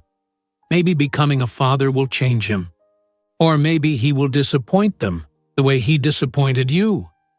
I hope for those kids' sake that he changes. Me too, Sophie said quietly. They returned to Jason's bedroom. The children were still looking at photos with Patricia. Kate had joined them and was pointing out pictures of herself and Jennifer as children. Look, that is Aunt Jennifer when she was your age. Kate showed them a photo. Downstairs, Robert found Jason in the study. Jason sat at the desk with his head in his hands. Are you feeling sorry for yourself? Robert asked coldly. I destroyed everything. Amanda left me. My family hates me. Sophie looks at me like I am nothing. And my kids do not even know me. Jason's voice was broken. You are right. You destroyed everything. But sitting here crying about it does not fix anything. Robert sat down across from him. "You asked Sophie if you can have a relationship with the children. She gave you conditions. Can you actually meet those conditions?" "I will try." "Trying is not good enough. You either do it or you do not. There is no middle ground here." Robert leaned forward. "Those children are 4 years old. They are innocent. They did not ask to be born. They did not ask for a father who abandoned them. They deserve better than your best effort. They deserve your complete commitment." "I know." "Do you? Because in 4 years you never once tried to contact Sophie. You never checked to see if she was okay. You just erased her from your life and moved on." Robert's voice was harsh. "What makes you think you will not do the same thing to those children when being a father gets hard?" "Because they are my children. It is different. Sophie was your wife. You promised to love her forever. That promise meant nothing to you. Why should anyone believe your promises now?" Robert challenged him. Jason had no answer. "I want to believe you can change, Jason. You are my son and I love you. But I do not respect you right now. You need to earn that respect back. From me, from your mother, from your sisters, and most importantly, from those 4 children upstairs." Robert stood up. "Now get up. Go spend time with your kids. Actually, talk to them. Learn their favorite colors, their favorite foods, what makes them laugh, what scares them. Be their father." Jason stood up slowly. He walked upstairs and stood in the doorway of his old bedroom, watching his 4 children laugh with his mother. The children noticed Jason in the doorway. Their laughter stopped. The room became quiet. 4 pairs of green eyes stared at him. Michael closed the photo album carefully. "Daddy, where were you?" Jason's throat felt tight. "What do you mean? Where were you for 4 years? Why did you not come see us?" Michael's voice was not angry. It was genuinely curious. Jason walked into the room slowly. He sat on the floor in front of the children. "I made a very big mistake. I was not there when you were born. I was not there when you needed me." Emma tilted her head. "Were you sick? Mommy said sometimes people cannot visit because they are sick." "No, I was not sick," Sarah asked quietly. "Were you in another country? Far away?" "No, I was not far away." Robert Jr. looked directly at Jason. "Did you forget about us?" That question hurt more than anything. Jason felt tears in his eyes again. "No, I did not forget. I did not know you existed." "Why did you not know?" Michael asked. How could Jason explain this to 4-year-old children? He could not tell them he blocked their mother's number. He could not tell them he ran away to avoid responsibility. Sophie had said he needed to be honest. But how honest could he be without hurting them? Sophie spoke from the doorway. "Children, your daddy and I got divorced before I knew I was pregnant with you. I tried to tell him, but I could not find him. He did not know about you until today." The 4 children looked at each other. They had silent conversations with their eyes. Finally, Emma spoke. "So you were not lost. You just did not know we existed." "That is right," Jason said softly. "But now you know. So you can be our daddy now." Emma stated it simply, the way only a child could. "Do you want me to be your daddy?" Jason asked. All 4 children nodded. "Yes," they said together. "Why? You do not even know me." Jason's voice cracked. Sarah climbed off the bed. She walked to Jason and put her small hand on his cheek. "Because every kid wants a daddy. We always wished we had one. Now we do." Jason pulled Sarah into a hug. Then Emma joined. Then Michael and Robert Jr. All 4 children hugged him. Jason cried into their small shoulders. Patricia wiped tears from her eyes. Jennifer and Kate stood in the doorway now, both of them crying too. After a long moment, Robert Jr. pulled back. Daddy, will you come visit us in Boston? Yes. I will visit you every 2 weeks, I promise, Jason said. Can you call us on the phone too? Our friend Charlie talks to his daddy on the phone every night, Michael said. I will call you 3 times every week at 7 p.m., I promise. Sarah looked serious. But you have to keep your promises. If you promise something, you have to do it. I will keep my promises, I swear. Jason meant it. Looking at his 4 children, he truly meant it. Emma smiled. Okay, we will give you a chance, but if you break your promises, we will be very sad. I will not break them, Jason said firmly. Sophie watched this exchange without speaking. Her face showed nothing, but Jason could tell she was analyzing everything, judging whether he was sincere or just saying what the children wanted to hear. Patricia stood up. It is almost 5 o'clock. We should have Christmas dinner soon. Are you children hungry? Yes, all 4 children shouted. Then let us go downstairs. I made a special dinner, turkey and mashed potatoes and green beans and rolls. Patricia led the children out of the room. Jason stood up slowly. His legs felt shaky. Sophie remained in the doorway, blocking his path. That was a good start, Sophie said quietly. But words are easy, Jason. Actions are what matter. The children believe you now because they are innocent and trusting. Do not break that trust. I will not. I have heard you make promises before. You promised to love me and be faithful. You broke those promises easily. Sophie's voice was cold. This is different. These are my kids. They are my kids. You have to earn the right to call them yours. Sophie walked away. Jason followed everyone downstairs. The dining room table was set beautifully. Patricia had added 4 child-sized chairs for the quadruplets. Name cards marked each seat. The children sat together on one side of the table between Patricia and Sophie. Jennifer and Kate's children sat at the other end. The adults filled the remaining seats. Jason sat at the far end of the table, away from everyone. He felt like an outsider in his own family home. Robert said grace. Everyone held hands and bowed their heads.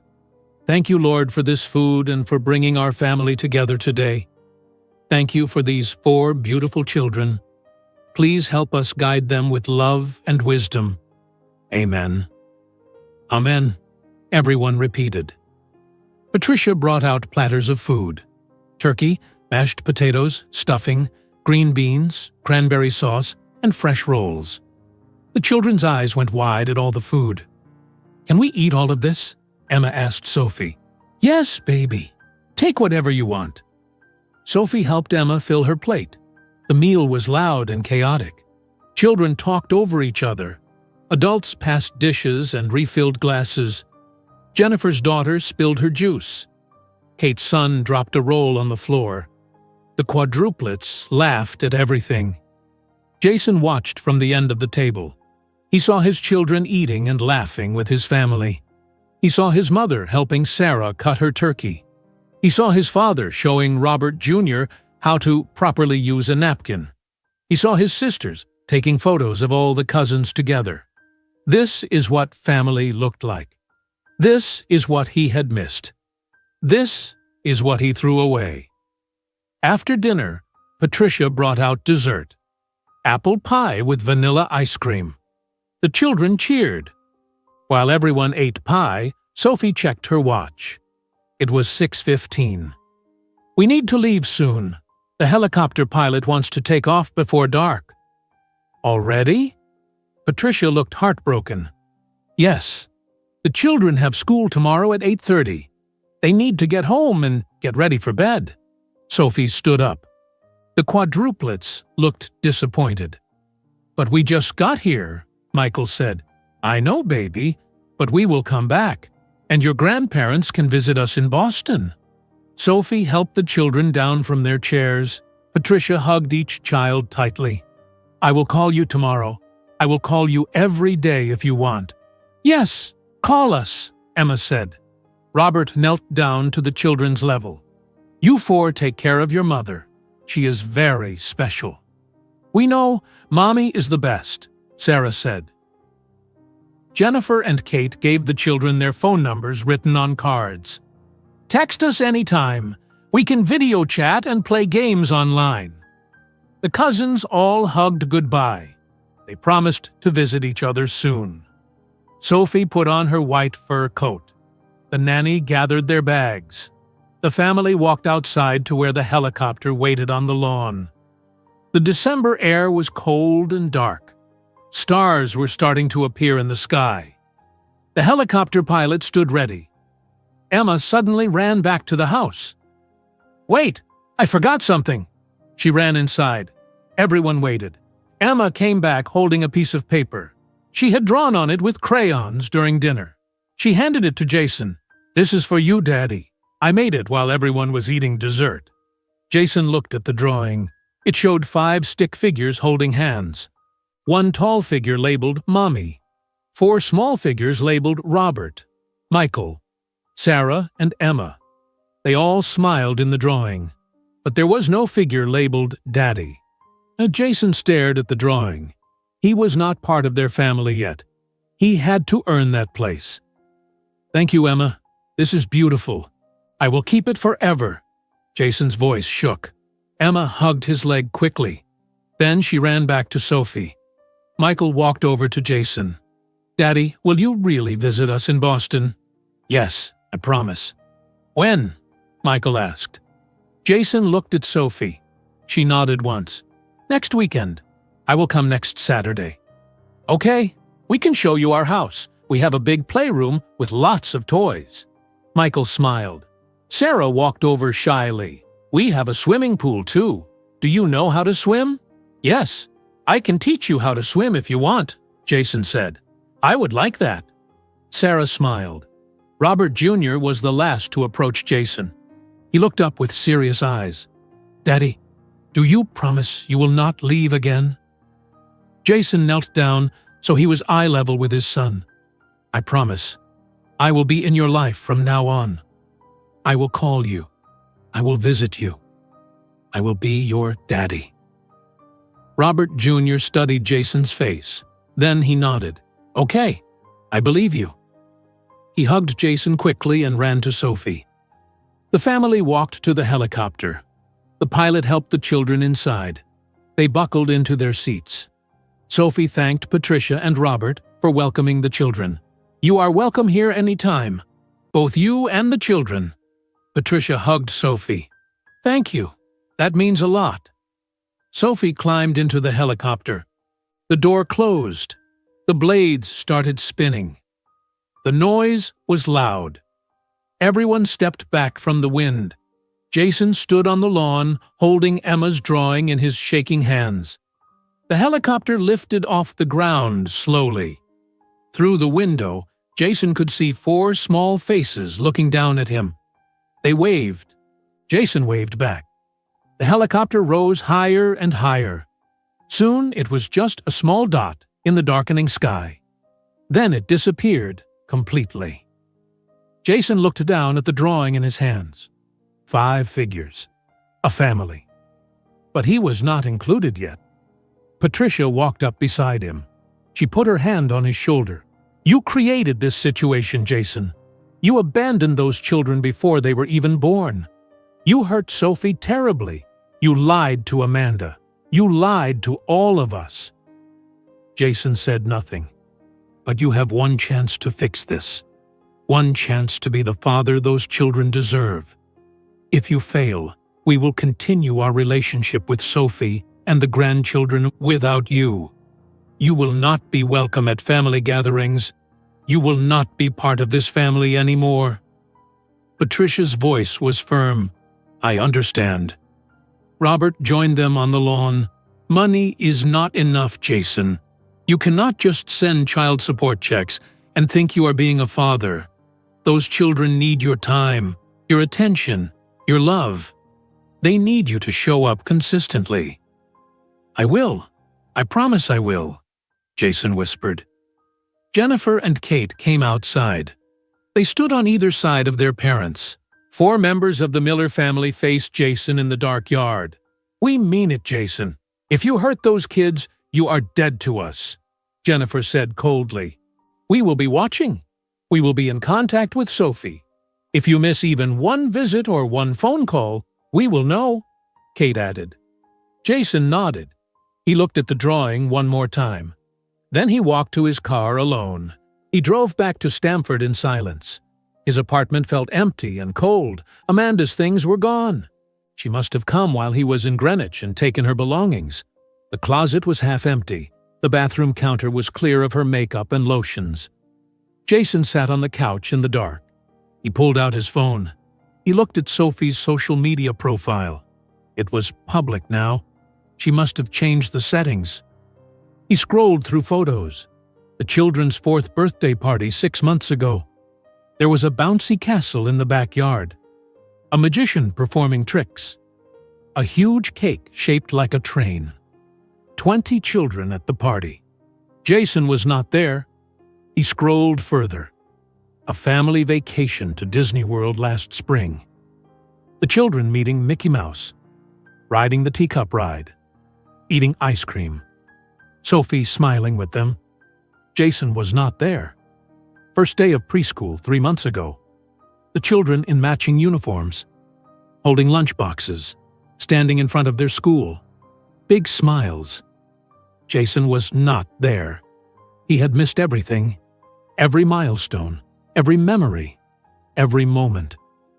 Jason looked at Emma's drawing on his coffee table. He picked it up and walked to the kitchen. He found tape in a drawer. He taped the drawing to his refrigerator door, where he would see it every day. He stared at the 5 figures holding hands. Mommy and 4 children. A complete family that did not include him yet. Jason whispered to the empty apartment, "I will earn my place in this family." He made a promise to himself, standing in that empty apartment. But promises meant nothing without action. Jason opened his laptop. The screen's blue light filled the dark room. He typed "therapists near Stamford, Connecticut" into the search bar. Dozens of results appeared. He clicked on the first one. Dr. Sarah Bennett. Her website said she specialized in family counseling and personal accountability. Jason filled out the contact form. He requested an appointment as soon as possible. Next, he searched Parenting Classes Connecticut. He found a program at the Stamford Community Center, 8-week course, every Wednesday evening from 6 p.m. to 8 p.m. Jason registered online and paid the $250 fee with his credit card. Then he opened a spreadsheet.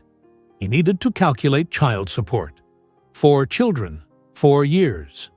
He researched Connecticut child support guidelines. For his income level with 4 children, the monthly payment should be approximately $2,000 per month, times 12 months, times 4 years. That was $96,000, plus the hospital bills, $320,000. Total, $416,000. Jason looked at his bank account. He had $32,000 in savings. He had $12,000 in checking. That was not nearly enough. He would need to take out a loan. He opened his bank's website and started a loan application. The process would take several days. Jason looked at the clock. It was 10:30 p.m. Too late to call anyone. He set 3 alarms on his phone. Monday, Wednesday, and Friday at 7 p.m. Reminders to call the children. He marked his calendar. Saturday, January 2nd. First visit to Boston. He felt nervous just thinking about it. Jason's phone buzzed. A text message. He looked at the screen, hoping it was Amanda. But it was from his mother, Patricia. The children arrived home safely. Sophie texted me. They are getting ready for bed. She sent photos. 3 photos came through. The first showed all 4 children in matching pajamas brushing their teeth. The second showed them in their beds with stuffed animals. The third showed Sophie reading them a bedtime story. Jason stared at the photos. This was their nighttime routine, something he had never been part of, something he had missed for 4 years. Another text from Patricia. "You better not disappoint those children, Jason. They deserve better than what you have given them so far." Jason texted back, "I will not disappoint them, I promise." Patricia replied immediately, "Your promises mean nothing until you prove them with actions." Jason set his phone down. His mother was right. He had made promises before and broken them. He cheated on Sophie after promising to be faithful. He proposed to Amanda after lying about his past. Why should anyone believe him now? He walked back to the refrigerator and looked at Emma's drawing again, 5 figures holding hands, a family without him. Jason made a decision. He would not just visit twice a month. He would not just call 3 times a week. He would do more. He would show Sophie and his children that he had changed. But first he needed to understand why he did what he did. Why did he cheat on Sophie? Why did he block her number? Why did he run away from his responsibilities? Jason thought back to 4 years ago. He and Sophie had been married for 2 years. She worked as a waitress while studying for her nursing degree. Jason worked in real estate and made good money. He felt superior to her. He felt like she should be grateful to be married to him. When Sophie discovered he was cheating, she did not cry or beg. She simply filed for divorce and left.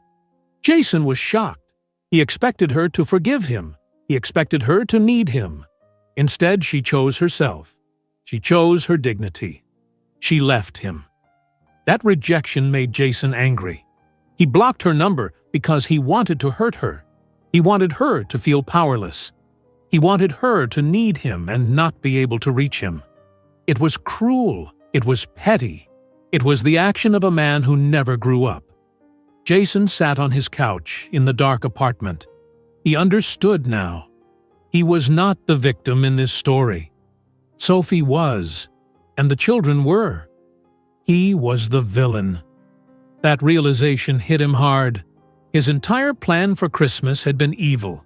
He invited Sophie to humiliate her. He planned to announce his engagement in front of her to make her feel small. He wanted revenge for her leaving him. But Sophie did not need his approval. She did not care about his opinion. She built an incredible life without him. She became successful not to impress him, but to survive. Jason cried alone in his apartment. He cried for the man he used to be. The selfish, cruel, immature man who hurt everyone around him. He needed to become someone different, someone better, someone worthy of being a father to 4 innocent children. The next morning, December 26th, Jason woke up early. He checked his email. Dr. Sarah Bennett had responded to his therapy request.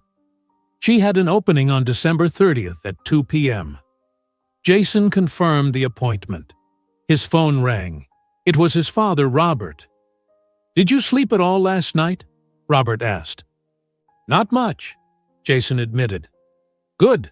You should not sleep well. You should be thinking about what you need to do to fix this mess you created."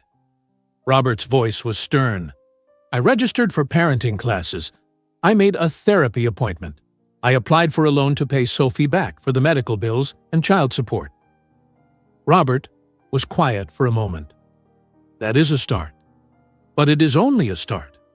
The real work begins when you visit those children next weekend, when you call them for the first time, when you have to answer their hard questions." "I know. Sophie gave you rules. Follow them exactly. Do not try to negotiate. Do not ask for exceptions. Do not make excuses. Just do what she asked," Robert said firmly. "I will. Your mother and I are driving to Boston on Thursday to visit the children. We are taking them to the aquarium. You are not invited." Robert's words stung, but Jason understood. "Okay. We need to build our own relationship with them, independent of you. So if you fail them, they still have us," Robert explained. That makes sense? Kate and Jennifer are planning visits too. The cousins are excited to get to know each other. Again, you are not invited to those either. Not until you prove yourself. Robert paused. Do you understand why? Yes. You do not trust me yet, Jason said quietly. Exactly. You have to earn trust. You cannot demand it. Robert hung up. Jason sat in his empty apartment. Everyone was building relationships with his children except him. His parents, his sisters, their children.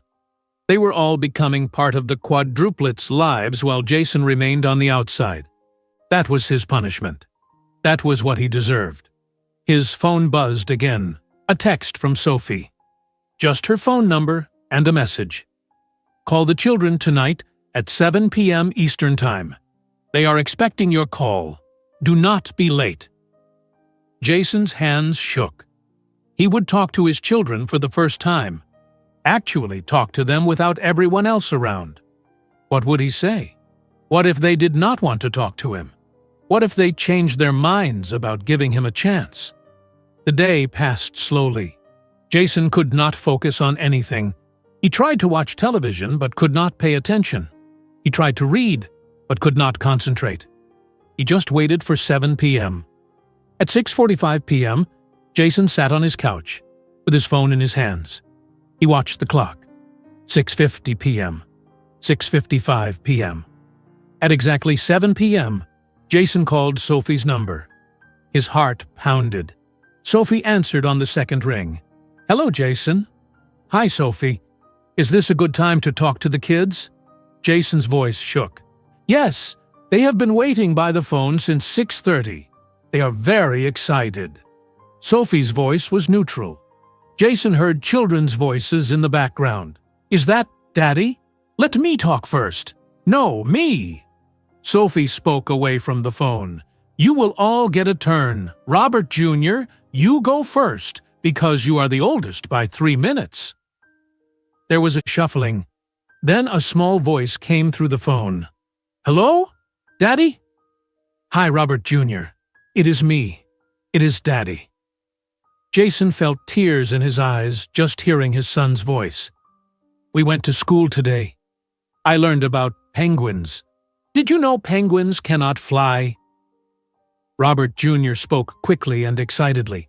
I did know that. Penguins are very cool. What else did you learn? Jason asked. They live in cold places, and they eat fish, and they slide on their bellies on the ice. Robert Jr. giggled. I want to see a real penguin someday. Maybe I can take you to the aquarium to see penguins, Jason offered. Really? When? Robert Jr. asked eagerly. I will talk to your mommy and we will plan it, okay? Okay. I am going to tell my teacher I am going to see real penguins, Robert Jr. said happily. Sophie's voice came through. Okay, Robert. Let your brother have a turn. Bye, Daddy, Robert Jr. said. Bye, buddy. Jason smiled. Michael's voice came next. Daddy, I built a castle with blocks today. It was very tall, almost as tall as me. Wow, I would love to see it. Did you take a picture? Jason asked. Yes, Mommy took a picture. I will show you when you visit us, Michael said. They talked for 5 minutes. Then Sarah got on the phone. She told Jason about her favorite book. Then Emma talked about learning to write her name. Jason talked to each child for several minutes. They told him about their day, their friends, their toys, their favorite foods. He learned that Robert Jr. loved dinosaurs. Michael loved building things. Sarah loved reading. Emma loved dancing. After 20 minutes, Sophie came back on the phone. Okay, children, time for baths. Say goodbye to Daddy. 4 voices shouted through the phone. Bye, Daddy. Call us again. We love you. Jason's breath caught. They said they loved him. These children he just met said they loved him. I love you too, all 4 of you. So much, Jason said through tears. The call ended. Jason sat in silence, holding his phone. His children loved him even though he did nothing to deserve it. They gave him their love freely and completely. He could not fail them. He would not fail them. Jason looked at Emma's drawing on his refrigerator. One day he would be in that picture. One day he would hold their hands. One day he would be their daddy in more than just biology. But first, he had to prove he deserved that place. Over the next few days, Jason began his journey to change. On December 30th, he sat in Dr. Sarah Bennett's office for his first therapy session. The office was small and comfortable with soft chairs and calming colors on the walls. Dr. Bennett was a woman in her 50s with gray hair and kind eyes. She sat across from Jason with a notepad. "Tell me why you are here." "I have 4 children I did not know about until 5 days ago. Their mother gave me conditions if I want to be in their lives. One condition is therapy." Jason spoke quietly. "So you are here because someone told you to come?" Dr. Bennett asked. "Yes, but also because I need help. I need to understand why I did what I did, why I abandoned my responsibilities, why I hurt people." Jason looked at his hands. "Tell me what happened." "Doctor," Bennett said gently. Jason told her everything. About cheating on Sophie, about the divorce, about blocking her number, about his plan to humiliate her at Christmas, about the helicopter landing, about meeting his 4 children for the first time. Dr. Bennett listened without judgment. When Jason finished, she asked, "Why did you want to humiliate Sophie?" "Because she left me. She rejected me. I wanted revenge." Jason admitted. "Why did her rejection make you so angry?" Jason thought about the question. "Because I expected her to need me. I made more money than her. I thought she could not survive without me. When she left anyway, it made me feel powerless." "So you blocked her number to regain power?" Dr. Bennett asked. "Yes." Jason realized the truth as he said it. "And inviting her to watch you propose to another woman was also about power?" "Yes. I wanted her to see that I moved on, that I was happy, that she made a mistake leaving me." Jason felt ashamed saying these words out loud, but she did not make a mistake. She left a man who betrayed her. She built a successful life. She raised 4 children alone. She did not need you. Dr. Bennett stated the facts simply. "I know that now." Jason whispered, "The question is, can you accept that? Can you accept that Sophie does not need you? That your children do not need you? That your role in their lives is a privilege, not a right?" Dr. Bennett leaned forward. Jason thought carefully. "I am trying to accept it. That is why I am here." "Good. That is a start." Dr. Bennett made notes on her pad. "We have a lot of work to do, Jason. This is not going to be easy. You need to understand the root of your behavior, why you seek power over others, why you use people to make yourself feel important, why you run from responsibility when things get hard." They talked for the full hour. At the end, Dr. Bennett gave Jason homework. He needed to write a letter to Sophie. Not to send, just to write. He needed to write everything he wanted to say to her. All his regrets, all his apologies, all his truths. Jason left the office feeling drained but hopeful. Therapy was hard, but it was necessary. On Wednesday, January 6th, Jason attended his first parenting class at the Stamford Community Center. The room had 15 other parents. Most were young couples expecting their first baby. A few were single parents. One was a grandmother raising her grandchildren. The instructor was a woman named Carol Martinez. She had been a social worker for 20 years. She started the class by asking everyone to introduce themselves. When it was Jason's turn, he stood up. "My name is Jason Miller. I have 4 children, quadruplets. They are 4 years old. I just met them for the first time 2 weeks ago." The room went silent. Everyone stared at him. Carol asked gently, "You just met your 4-year-old children?" "Yes. I did not know they existed until December 25th. Their mother and I are divorced. She raised them alone while I was not in their lives." Jason felt shame, but he told the truth. "And now you want to be their father?" Carol asked. "Yes, if they will let me." Jason sat down. Carol nodded. "That is very honest, Jason. Thank you for sharing. This class will help you understand what children need from their parents. It will not be easy, but if you are committed, you can learn." The class covered basic parenting skills, how to communicate with children, how to set boundaries, how to show love, how to be consistent and reliable. Jason took notes on everything. At home, Jason called the children every Monday, Wednesday, and Friday at exactly 7 p.m. He never missed a call. He talked to each child individually. He learned more about them each time. He learned that Robert Jr. was scared of the dark, so he slept with a nightlight. Michael loved animals and wanted a pet dog. Sarah was shy at school but confident at home. Emma was fearless and always tried new things. On Saturday, January 2nd, Jason drove to Boston for his first visit. He was terrified. The drive took 3 hours. He arrived at Sophie's address at 10 a.m. exactly as she requested. The house was massive. It sat on 3 acres of land behind a tall gate. Jason pressed the intercom button. Sophie's voice came through. "Jason?" "Yes, it is me. I am here for my visit." Jason's hands shook on the steering wheel. The gate opened slowly. Jason drove up a long driveway. The house was white with tall columns. It looked like a mansion from a magazine. A 3-car garage sat to the left. A playground with swings and slides sat to the right. Sophie stood at the front door. She wore jeans and a sweater. Her hair was pulled back in a ponytail. She looked casual but still elegant. "You are on time. That is good," Sophie said. "I will always be on time," Jason promised. The front door burst open. 4 children ran out screaming, "Daddy! Daddy! You came!" They surrounded Jason. They hugged his legs. They all talked at once. "Come see our playroom. I want to show you my dinosaurs.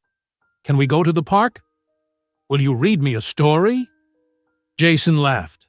Real, genuine laughter. "I will do all of those things.